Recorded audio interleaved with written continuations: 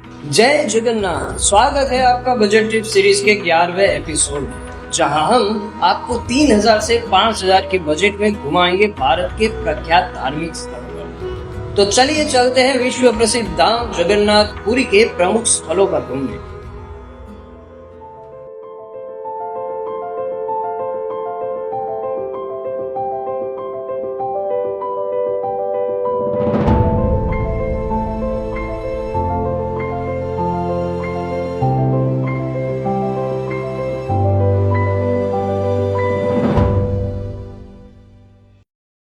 इस वीडियो में हम आपको अहमदाबाद से जगन्नाथ पुरी कैसे पहुंचे, कहाँ रुके, कब कहाँ दर्शन खुले रहते हैं, कौन से स्थल पर आप घूमने जा सकते हैं, बजट कितना होगा, उसकी पूरी जानकारी देंगे। तो जुड़े रहिए हमारे साथ इस पूरी यात्रा में। और अगर आपने अभी तक हमारे उदयपुर का फुल टूर वीडियो गाइड नहीं देखा तो आपको जरूर देखना चाहिए, जिसकी लिंक डिस्क्रिप्शन में दे दी गई है।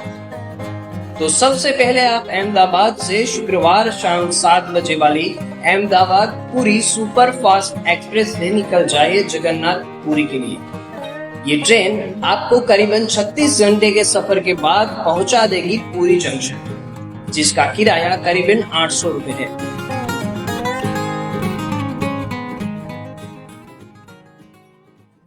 जगन्नाथ पुरी पहुंचकर रिक्शा की मदद से अच्छी सी धर्मशाला में रुक जाइए, जिसकी बुकिंग आप yatraधाम.org के माध्यम से कर सकते हैं, जिसकी लिंक डिस्क्रिप्शन में दे दी गई है।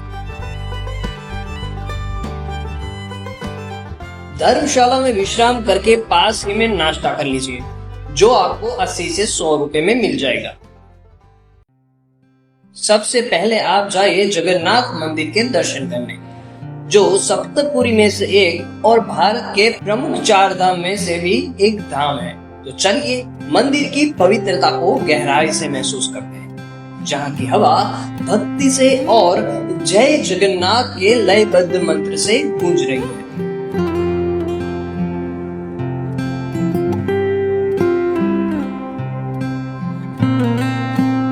मंदिर में भगवान जगन्नाथ जी, बलभद्र जी और सुभद्रा जी की विशाल मूर्तियां अपने आप में अद्भुत हैं।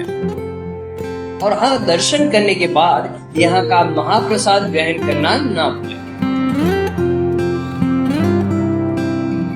ये महाप्रसाद अपने स्वाद और पवित्रता के लिए जाना जाता है। भोजन ग्रहण करने के बाद जाइए परिसर में स्थित अन्य मंदिरों के दर्शन करने, जिसमें शामिल है विमला शक्तिपीठ, जो 51 शक्तिपीठों में से एक माँ दुर्गा को समर्पित मंदिर है। यहाँ के शांत वातावरण में थोड़ी देर बैठने के बाद फिर जाइए श्री मार्कंडेय स्वामी मंदिर। हिंदू धर्म ग्रंथों के अनुसार ये मंदिर भगवान शिव को समर्पित है और अमरत्व प्राप्त करने वाले मार्कंडेय ऋषि द्वारा स्थापित किया गया था। कहा जाता है कि ऋषि ने इसी स्थान पर भगवान शिव की कठोर तपस्या की थी, इसीलिए इस मंदिर का नाम उनके नाम पर रखा गया है। यहाँ दर्शन करने के बाद अब आप जाए नरेंद्र पोखरी। यह विशाल तालाब अपनी शांति और पवित्रता के कारण एक आकर्षक स्थल है। रथ यात्रा के समय यहाँ भगवान जगन्नाथ जी, बलभद्र जी और सुभद्रा जी की मूर्तियों को स्नान के लिए लाया जाता है। यहाँ थोड़ा समय बिताने के बाद अब चलते हैं गुंडीचा मंदिर। ये वही मंदिर है जहाँ रथ यात्रा के दौरान तीनों भगवान को विराजित किया जाता है। अब यहाँ से जाइए गोवर्धन मठ, जो शंकराचार्य जी द्वारा स्थापित पीठों में से एक है। इस मठ की वास्तुकला और आध्यात्मिक महत्व को जानिए। अब समय है प्राकृतिक सौंदर्य का आनंद लेने का। तो अब आप जाइए स्वर्ग द्वार बीच। यहाँ का शांत वातावरण और सूर्यास्त का नजारा मनमोहक है, और यहाँ पर ही लोगों का अंतिम संस्कार भी किया जाता है। ऐसा माना जाता है कि यहाँ चीता को अग्नि देने से उनको स्वर्ग की प्राप्ति होती। अब जाइए गोल्डन बीच, जो यहाँ से सिर्फ 500 मीटर की दूरी पर है। अपनी सुनहरी रेत के लिए प्रसिद्ध ये बीच पर्यटकों को अपनी ओर खींचता है।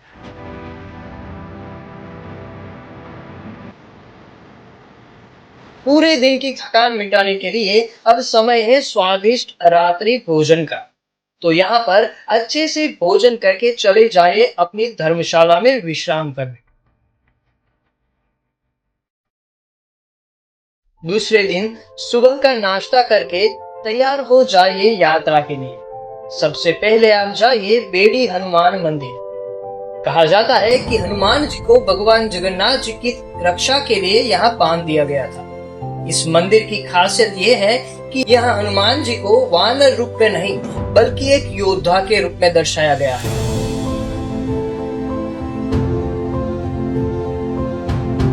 यहाँ पर दर्शन करने के बाद अब निकल जाइए साक्षी गोपाल मंदिर की ओर, जो बेड़ी हनुमान मंदिर से 18 किलोमीटर की दूरी पर स्थित है। ये मंदिर भगवान कृष्ण को समर्पित है। मंदिर से जुड़ी कई कहानियां प्रचलित है, जिनमें से एक है कि भगवान कृष्ण स्वयं यहाँ गांव की शादी में गवाह बनने के लिए आए थे। तो यहाँ थोड़ा समय बिताने के बाद निकलिए कोणार्क सूर्य मंदिर के लिए, जो यहाँ से करीब 50 किलोमीटर की दूरी पर स्थित है। यहाँ का सफर और ये मंदिर अपने आप में अद्भुत है। सूर्य देव को समर्पित ये 13वीं शताब्दी का मंदिर अपनी शानदार वास्तुकला के लिए दुनिया भर में प्रसिद्ध है। इस मंदिर को सूर्य के रथ के रूप में बनाया गया है, जिसके 24 पहिए दिन और रात के 24 घंटों का प्रतीक है।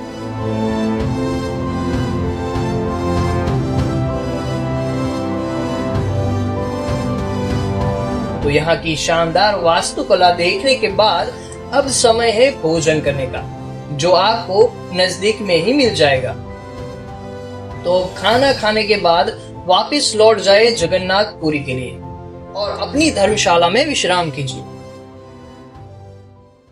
तो अब समय आ गया है खूबसूरत शहर जगन्नाथपुरी को अलविदा कहने का। तो रात को निकल जाइए पुरी रेलवे स्टेशन की ओर, जहां सोमवार और गुरुवार को 11:05 वाली पुरी टू अजमेर एक्सप्रेस आपको करीबन 34 घंटे और 30 मिनट के सफर के बाद पहुंचा देगी वापस अहमदाबाद जंक्शन पर। आज की यात्रा को हम यहाँ पर विराम देते हैं। अगले वीडियो में हम आपको घुमाएंगे माँ अम्बा के धाम गुजरात के अंबाजी में।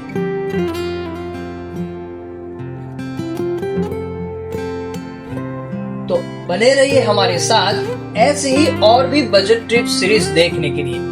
और अगर आपने अभी तक यात्रा धाम के सोशल मीडिया प्लेटफॉर्म को फॉलो नहीं किया है तो कर लीजिए। धन्यवाद।